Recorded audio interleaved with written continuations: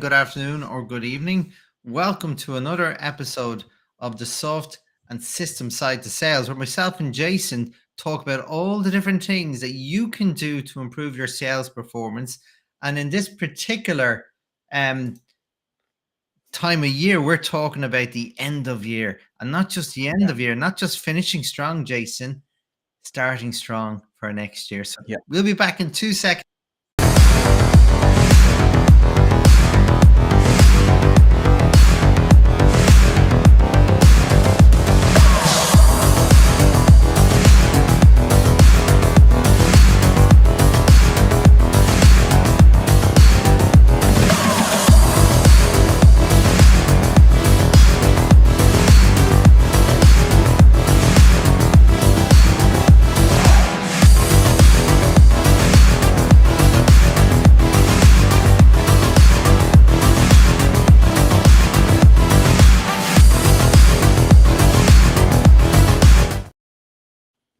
So, Jason, hello. How are you doing? Hello. Yeah, good. Very good. I'm looking forward to this conversation. We haven't done one of these for a while, and it's good to, especially this time of year, it's imperative to finish this year so strong and just to run straight through it. Like when we've been doing our LinkedIn audio sessions, we've been discussing all of these different elements to the run up to now. But now it's really just to put it all together because it's just such an important time of year. And I know we have Patrick to there. He's part and parcel of it. And Patrick, welcome. If you're trying to get your camera working, obviously another piece of technology to worry about or to think about. But let's start it off, and we'll wait for Patrick to come along. And we have another guest. We have John Byrne that is in the background as well. Brilliant. And yeah, Jason, like we've started this conversation probably about 4 to 6 weeks ago about Yeah, what are the things we need to do to finish strong. We also talked about the myths of end of yeah, year, right? The that's myths right. about what people think you should be just focusing on at the end of the year. And we dispelled some of those myths because, Jason, I think one of the big things we talked about is people just want to close out their existing accounts, Yeah, right? And that's it. And just focus on that, and then maybe have a bit of fun with clients, but they're missing a trick, aren't they? They're missing on, yeah, because this is the time where people have time to talk to you.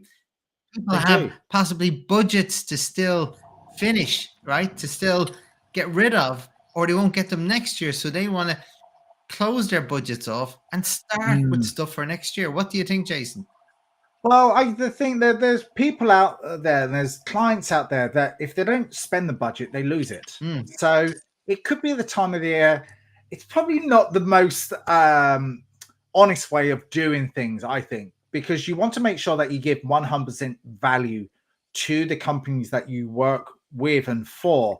And you have to make sure that whatever you do gets repeated in the new year and gets repeated out throughout 2024. But it's definitely worthwhile reaching out to your existing client base, but also going after new biz, because have a look at the people that you did try and speak to throughout the year. How well did you get on with them? You know, the ones that always said, "Oh no, call me back in 6 months, call me back in 3 months." You know, the ones that just keep pushing out. Maybe it just wasn't the right time. Maybe they are being honest, because worth checking in with those people that it didn't close then.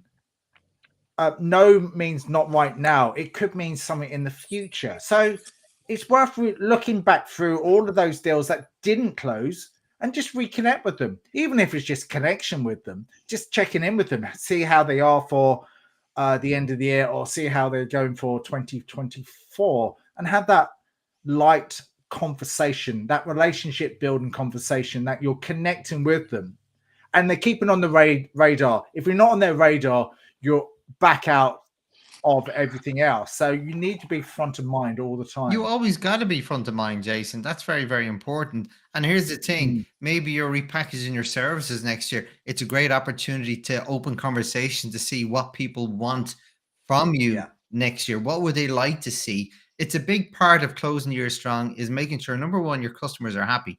Very, very important, obviously. But what else do they want to see? What else can you learn from your customers? And then you can bring towards new prospects, bringing into the new year. So it's very important to develop your idea of what you want to build with your clients next year. And that doesn't just involve your existing customers, it involves the new potential prospects, because you want to start strong. It's very, very important to start strong, Jason. You want to have meetings set up for January.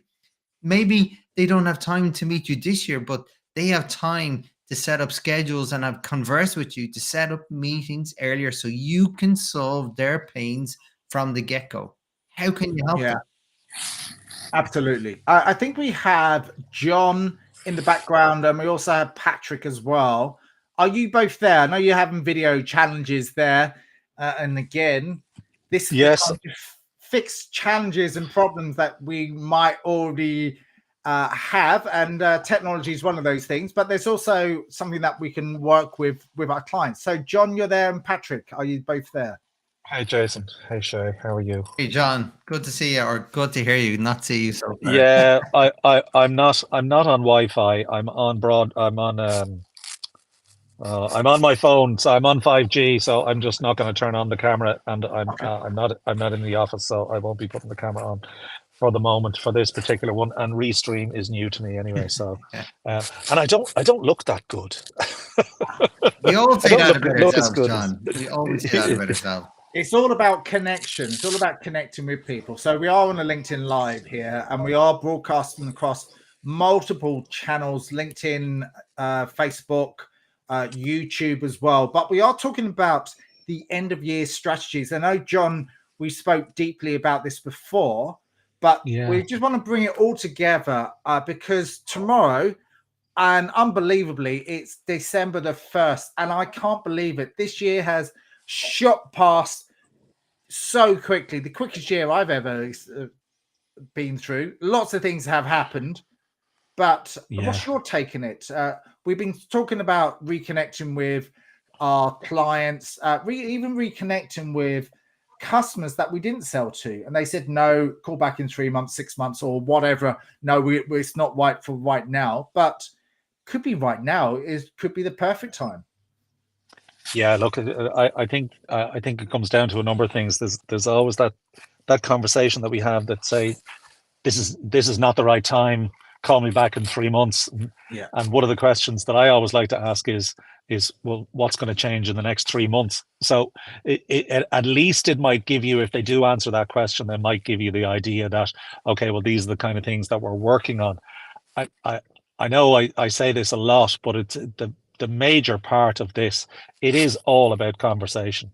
It's all about Absolutely. having the conversation and having a continuous conversation with your clients, your existing clients, with your prospects, the ones that you have spoken to, and it's just not the right time. And for the ones that you haven't spoken to, you want to begin and continuously be building on attempting to have the conversation and continue the conversation with, and especially with existing clients, because you need to know one, where they are. If they're an existing client, no matter what you do for them, whether you supply services, whether you supply a product, it doesn't matter what you do with them. If you're in conversation with them and you're asking questions and going, how did things go over the past 12 months? And even setting them up and saying, look, I'd love to have a conversation with you about how things have gone for the past 12 months. Just as you coming up to the end of the year, being curious about their business, not specifically to pitch them, because everybody is, you're gonna go, okay, I don't want to pitch you. I genuinely want to have a conversation. I'm curious about how the past 12 months have gone. And then also, well, what are the plans for the next 12 months? Absolutely. And then, and only then, can you be going, well, is there any ways that we might be able to help you? Yeah. And it doesn't matter what you're selling. And you're absolutely right, John. And I always believe that this, like your entry point there to the conversation is, how did we perform with you last year? Right. Number one, what did we do well? Well, what are the areas we can improve upon? What other challenges do you think we can support your business on? And that leads you into the conversation about moving forward, because it's all about what you can do moving forward. But before you, and I agree with you, John, before you can actually start talking about moving forward, you have to get what's the reflection done off the table. Because you don't be going in talking about, well, let's build something for next year when they have problems with you. You need to be able to open up with that, because that happens. You want to make sure you address Yes, it those does. and how you can solve them. How can you give them a view of how good things will be going forward?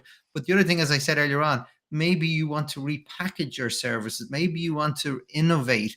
Maybe you want to get their opinions of what else they would like to see. And again, that means it's very targeted on their needs. And therefore, when you have those conversations, the next natural conversation is about, well, how can we supply that next year? How can we build our partnership? I don't like the term supplier, customer, supplier relationship. I'm a believer in partnerships. I always believe you should work together to make it better.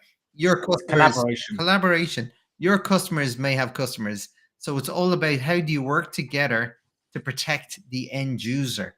And then the sum of the parts synergy, build those synergistic partnerships and be their partner in pain relief.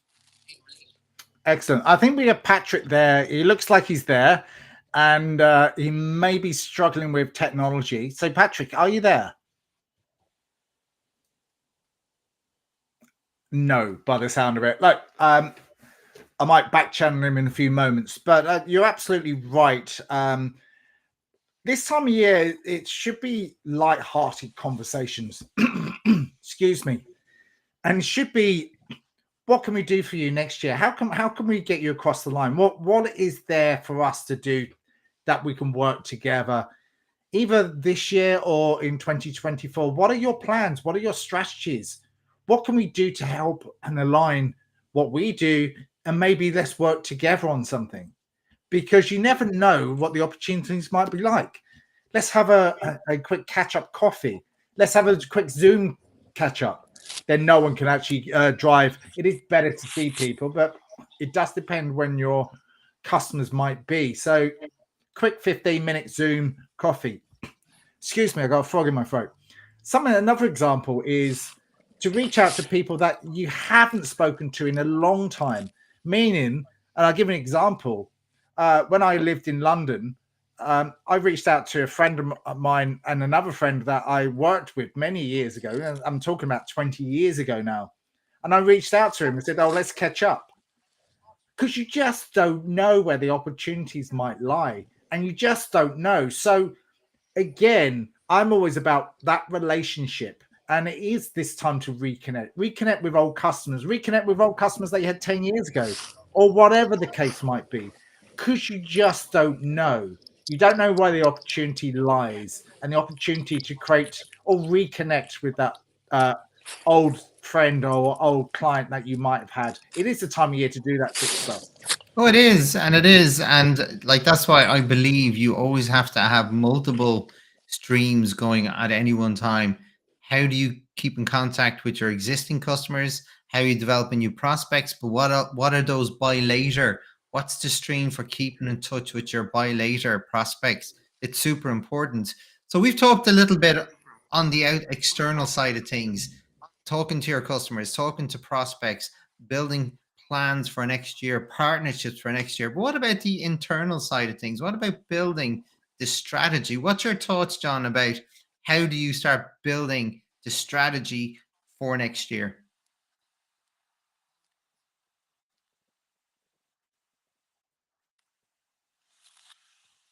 It is an interesting question, Shay, and I'll tell you why it's interesting. The conversations that you're having with your maybe existing customers or your prospects, they're very similar conversations you should be having internally, because it's the outward facing people of your organization that are being able to come back to you and say, well, this is what I'm hearing from our customers, from our prospects. And therefore, that will allow you to say, okay, well, and it's a two-pronged effect, I think. One is that if you have the internal conversations, similar internal conversations about what we're doing right, what we could improve, but then what can we be offering our customers that we think they're looking for? Okay, so that's one piece. The second piece is you can go to your customers and you can say, I'd be interested in your feedback on an idea that we have going to our marketplace next year, as in collaborate with us, have a conversation with us about what we're thinking of doing and would it be of benefit, not to sell it, again, not to sell it, to have the conversation and collaborate with them and say, for them to say, give you feedback and say, do you know what, we don't see a need for it, or we don't, they might pick holes in it, they might find things that, as part of your strategy, they might find things that you haven't looked at internally. Yeah, absolutely. And I would go one step further, John. I think you're spot on what you're talking about. I believe we need to do a deep dive in like what worked well this year. What do we want to bring forward with us next year, right? What didn't work well? What do we need to change? What do we need to do differently? And a few ways to look at this. You could say, like, well, what about the skill sets within the team? Was there anything lacking? Do we need to improve? Do we need to send some of our guys on the training? Are they in the right part of the sales process? Maybe some teams use people at different stages of the process or funnel, and you want to educate them a bit better in cross training them and to be able to move into different areas. But what about looking at data? What are the top 3 reasons for the year why your customers didn't choose you? Right? That's a really good question to ask, actually. And while you're saying that, it's feedback as well. Feedback. Yeah. It is feedback to what went right and what didn't go so well, and how can you look at to improving it. But if you're an independent person, like an independent consultant like ourselves, I think you need to bounce off ideas with someone else to find out the root of it, or you brainstorm it, or you whiteboard it, or you mind map it, or you do something. Or if you're in a team, you do that mind mapping and you just strategize. What did we do wrong? What did we do so well? Let's find out from our best customers what we did well and what the reasons, how and why did they buy from us? Because that's a really good feedback. And maybe speak to the people that didn't buy. Why didn't you buy from us? What made you not buy from us this year? There must be a reason behind that. Welcome, Yoram. Welcome. How's everybody? Very good. Yoram. So join the conversation. You've been listening here with us, Yoram, and you had a lovely good comment I saw there about, I totally agree. It's not just vendors, it's partnerships. And we have Patrick as well with his... Welcome, Patrick. Third time lucky. I'll speak to Patrick first. He's been patient. Can we hear you, Patrick? Well, Patrick, I'll say is if you go into the gear wheel underneath settings and go to the audio, maybe you just have to change your microphone and see. But while he's doing that, Yoram, please step in. Yeah, no, I think there's been some great points made already. I think there is a bit of, I mentioned this last week, there's a bit of this exuberance. We've got, like, say, 2-3 weeks left of selling this year, if we're being honest. We might get lucky in between Christmas and New Year. I've heard of very interesting stories of how deals have been closed, but on the 27th of December, for example. But that's sometimes been the craziest weeks of my life. But I think there's also points we've got to sort of put things into perspective. I think there's almost this thing that's it. We're going to grab every piece of money. We're going to blow the year out. And I think sometimes you've always got to, you haven't got that much time. You've got to plan it out well. Now, I agree. Speak to those where there's a chance they might have budget to spend by the end of the year. You haven't got hold of them. Maybe those who are just so difficult to pin down, now's the time. A simple thing I've been thinking about is maybe actually say, hey, listen, it's almost towards the end of the year. I know this year's been crazy. Next year will be nuts again. But I wanted to maybe set something up beginning of January before things go crazy. Unless you can speak now during December. Sometimes I may prefer to speak in December. Now, one of two things is going to happen. One, they're going to say, okay, let's speak in January. And then you start planning out your January calendar. Because how often have we tried to start booking meetings, closing deals at the beginning of January is hard. Everybody's got New Year launch. They've got a this, they've got a that.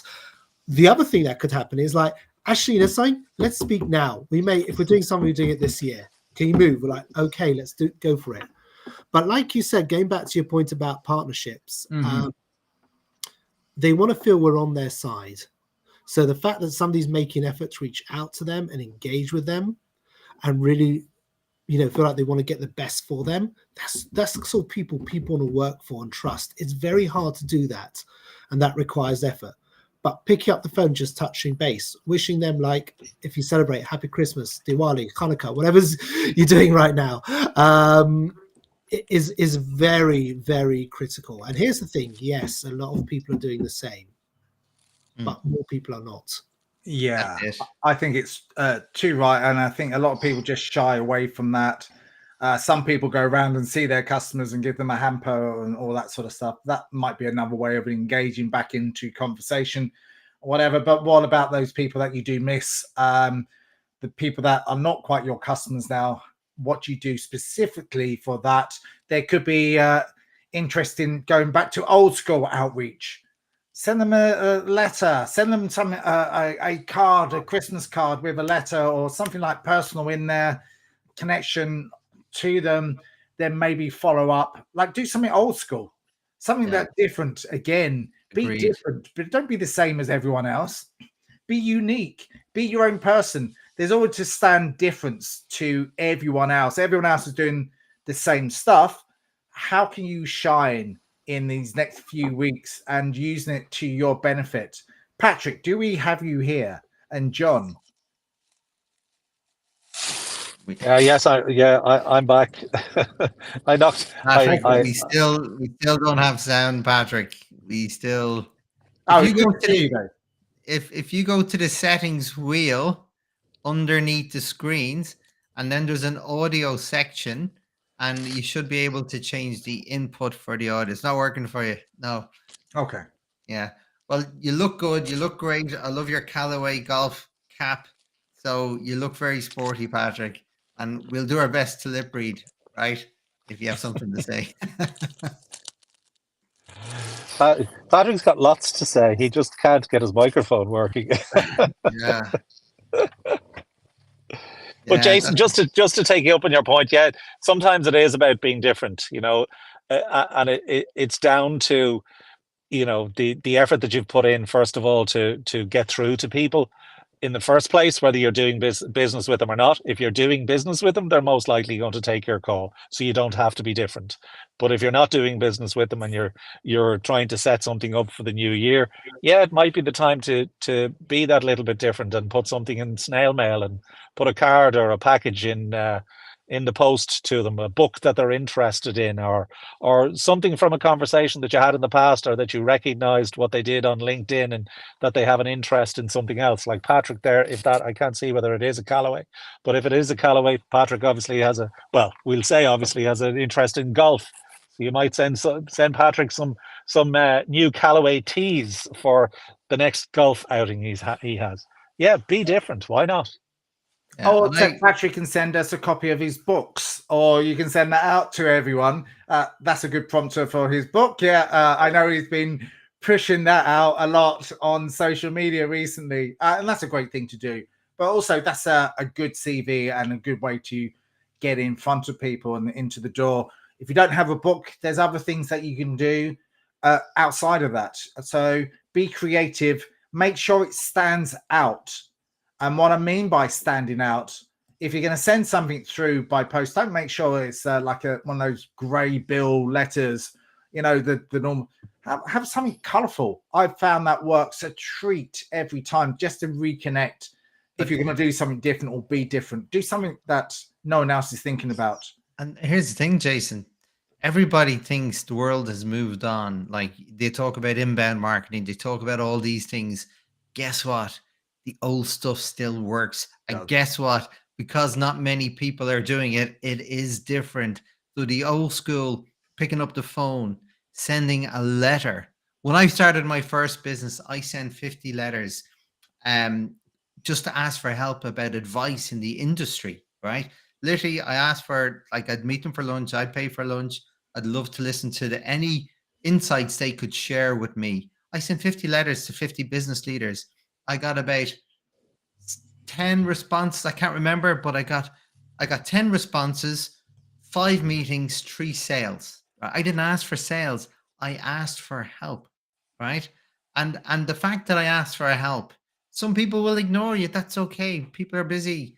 But some people love to help, Jason. They really do. And I believe asking for help is a superpower. And that's one way to be different. Absolutely. And that's something I did today, actually. Asked for help because I just curious about something and I just didn't know the answer. But it's also another way to reconnect with people because you just don't know when the opportunities might arise. So other things that we can be speaking about end of year, like I don't want to discount for the sake of discounts. I don't think that gives you credibility unless you bolt on something else on top of things. You're eagerly waiting to speak. So go on ahead. So I think discounts depends. If somebody's very close to buying, they're murmuring, a discount may work or discount may start a conversation. I think the way I've usually found discounts have been the most effective is when you're basically almost like, it's okay, I don't mind if you take it or not. I mean, this is an option. We've finished the year. We've done very well. We've hit all our targets. So we've got some maneuverability.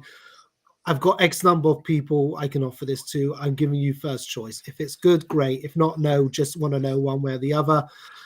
It doesn't have to be a huge amount. If it's 10%, say, listen, it's not like a huge amount of money, but it's something. And if they say no, it will give you, well, first you may find out how serious they are or not, but it may also help you suss out that they may not be as close to buying as you think. Yeah. Even though they're giving off all the right signals and they're basically trying to push you off.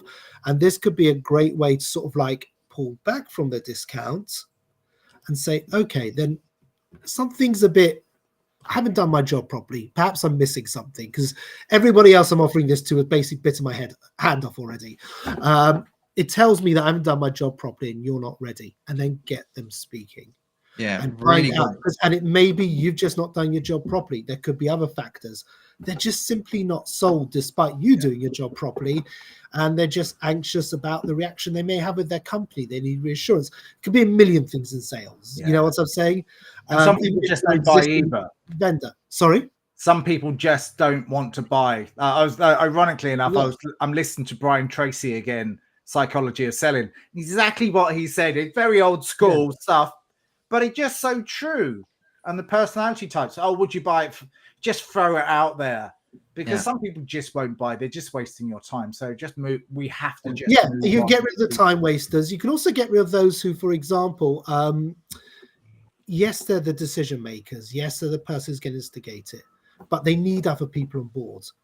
Right, and I've literally come along and I've hit this one thing where I've got some strange requests. Usually a good example is where it's basically come down to the fact that everybody's convinced they want it.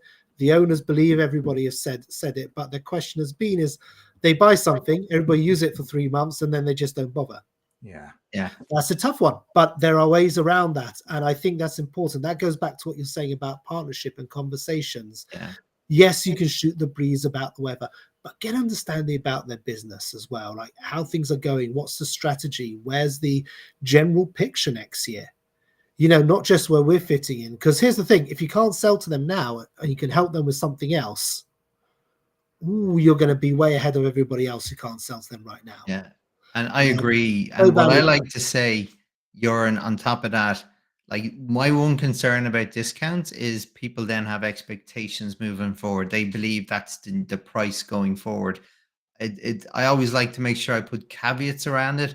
And I tend to use the word promotion for a period to manage expectations when it comes to clients, because my only concern about, I think discounts are powerful, by the way. I believe it's a great sales strategy. And if you're in a good partnership, maybe you can take a bit of the hit. Maybe your vendor, your supplier partner can take a little bit of hit. So everybody takes a little bit of hit for the good of the customer, right? So there's definitely merit in going that approach, but I like to use the word promotion as opposed to discount, just to ring for it, because people know promotions don't last long. People sometimes people use discounts. Well, this is my price, you know. And be ready to stick to your deadline. I have a manager, David Pender, said, I used to once believe that thing, I don't want to go into this too much detail, but if you give 10% discounts on every deal, every 10 deals, you've lost a deal. Yeah. However, if in the space of doing those 10 deals, you've done 13, you're up by 2, if you know what I'm saying. So the point is, I think, have a deadline, stick to it, The worst comes to worst, you give it to them if they agree to buy straight away or meet them halfway. But the point is, if you're giving a discount, there's got to be something back. So there's a time limit where somebody comes and asks for discount. Why? Because this is what it's going to take us to close it through and go through the details. I've had this with somebody at the end of the year where I've offered a certain price and I said, what needs to happen? So-and-so needs to approve it. Great. When's he coming back? Monday week, a week after the deadline. Okay. So can you extend a week? I said, I can, but I said, be blunt with me. When are you actually going to get in front of him and speak to him? Was it her? I think it was a him about it. Oh, let's extend it by a week and a day and a half. And I said, and then all 2 days, which is going to be, I think there was a time difference. So it's the evening my time, half day your time. We needed an extra half a day. It's fine. But I was able to extend it. And then I was being professional. And, you know, say to him, listen, I've been given this power by others. And the guy I was dealing with, by the way, wasn't a-hole. But he came through. Not only that, he paid us before Christmas, about a week before Christmas. He couldn't wait to pay. I've never seen somebody want to pay me so quickly. It was like, well, if you insist. But I think it's like all these things, there's got to be a certain relevance. And I think I'm going back to all these conversations. This is part of a bigger story. Initially, I wrote this guy off. I didn't think anything was going to happen. And when I was asked about my pipeline, I said, yeah, let's drop that.